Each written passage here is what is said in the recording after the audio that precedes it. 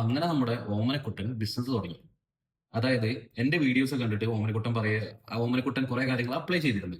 അതായത് ആദ്യം ചെയ്ത കാര്യം എന്ന് പറഞ്ഞാല് ഓമനക്കുട്ടൻ ചെയ്തു, അഭിപ്രായങ്ങൾ എടുത്തു, ആൾക്കാരെടുത്തുനിന്ന്, എന്നിട്ട് ബിസിനസ് തുടങ്ങി. പക്ഷെ പ്രശ്നം എന്താ പറ്റിയെന്ന് വെച്ചാല് ഓമനക്കുട്ടന്റെ ബിസിനസ് വിചാരിച്ച പോലെ മുമ്പോട്ട് പോയിട്ടില്ല.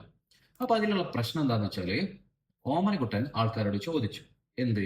ഓമനക്കുട്ടന്റെ പരിപാടി എന്ന് പറഞ്ഞാല് ഹെൽത്തി ആയിട്ട് കേക്കും കാര്യങ്ങളും ക്രിയേറ്റ് ചെയ്യുക, സ്വീറ്റ്സ് ക്രിയേറ്റ് ചെയ്യുക, അങ്ങനത്തെ ഒരു ഇത്.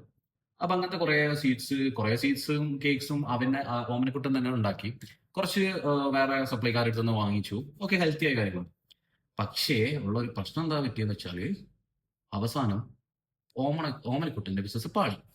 അപ്പൊ കാരണം എന്താ നോക്കിയപ്പോ ഓമനക്കുട്ടൻ ആദ്യം നല്ല റിവ്യൂ എടുത്തു, അതായത് സർവേ എടുത്തിരുന്നു. ഇത് എല്ലാരും വാങ്ങോ, എല്ലാരോടും കസ്റ്റമറിലേക്ക് ഇറങ്ങിയിട്ട് ആള് ചോദിച്ചു.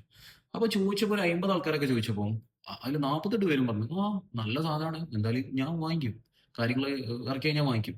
പക്ഷെ ഈ സാധനം ഇറക്കിയപ്പോ ഈ പറഞ്ഞ ആൾക്കാരൊന്നും സാധനം വാങ്ങിയില്ല. അപ്പൊ ഓമനക്കുട്ടന് ഭയങ്കര സങ്കടായി. അപ്പോ അതിൽ എന്തെങ്കിലും ഒരു പന്തികേടുണ്ടോ അല്ലെങ്കിൽ എന്തെങ്കിലും പ്രശ്നമുണ്ടോ എന്ന് ഓമനക്കുട്ടൻ സെർച്ച് ചെയ്യാൻ തുടങ്ങി. അങ്ങനെ സെർച്ച് ചെയ്തപ്പോൾ ഓമനക്കുട്ടന് മനസ്സിലായ ഒരു കാര്യം എന്ന് പറഞ്ഞാൽ ആൾക്കാർ പറയും, അതായത് കസ്റ്റമറുടെ ഫസ്റ്റിനെ നമ്മളൊരു സർവേ ചെയ്യുമ്പോൾ ആൾക്കാരോട് വാങ്ങുമോ എന്ന് ചോദിച്ചാൽ അവർക്ക് സൈക്കോളജിക്കലി വാങ്ങണമെന്ന് പറയാനുള്ള ടെൻഡൻസി ഇല്ല. പക്ഷേ അങ്ങനെയല്ല നമ്മൾ ചോദ്യം ചോദിക്കുന്നത്. കസ്റ്റമറിനോട് നമ്മൾ അഭിപ്രായങ്ങൾ തേടുമ്പോൾ എങ്ങനെ തേടണം?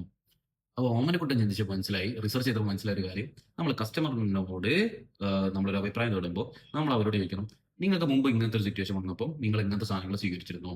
അതായത് ഇപ്പോൾ ഓമനക്കുട്ടൻ്റെ കേസിലാണെങ്കിൽ നിങ്ങൾക്ക് ഇങ്ങനെ ഹെൽത്തി ആയിട്ട്, അതായത് ഇപ്പോൾ നോർമലി കേക്ക് ഒന്നും റിഗ്രറ്റും കാര്യങ്ങളൊക്കെ വരുമല്ലോ. അപ്പോൾ അതിന് പകരം നിങ്ങൾ ഹെൽത്തി ആയിട്ട് എന്തെങ്കിലും കേക്കിൻ്റെ ഓപ്ഷൻസും കാര്യങ്ങളും നോക്കിയിരുന്നെങ്കിൽ നിങ്ങളൊരു മാസത്തിലോ അല്ലെങ്കിൽ ഇത്ര കാലങ്ങളിൽ എത്ര കേക്ക് അങ്ങനത്തെ കഴിച്ചു, അല്ലെങ്കിൽ എത്ര പരിപാടിക്ക് നിങ്ങൾ അങ്ങനത്തെ ഓർഡർ ചെയ്തു, അങ്ങനത്തെ കാര്യങ്ങളൊക്കെ ചോദിക്കും. അപ്പൊ ആ രീതിയിൽ ഫ്രെയിം ചെയ്യുമ്പോൾ അവർക്ക് എന്താ കള്ളത്തരം പറയാൻ പറ്റൂല. മറ്റേ രീതിയിൽ ഡയറക്റ്റ് ചോദിക്കുമ്പോൾ എന്താ അവർക്ക് സുഖമായിട്ട് കള്ളം പറയാൻ പറ്റും. അപ്പോൾ ഇതാണ് എന്ത് കസ്റ്റമർ ഇന്റർവ്യൂ എന്ന് പറഞ്ഞാൽ. ക്ലിയർ ആയെന്ന് വിചാരിക്കുന്നു.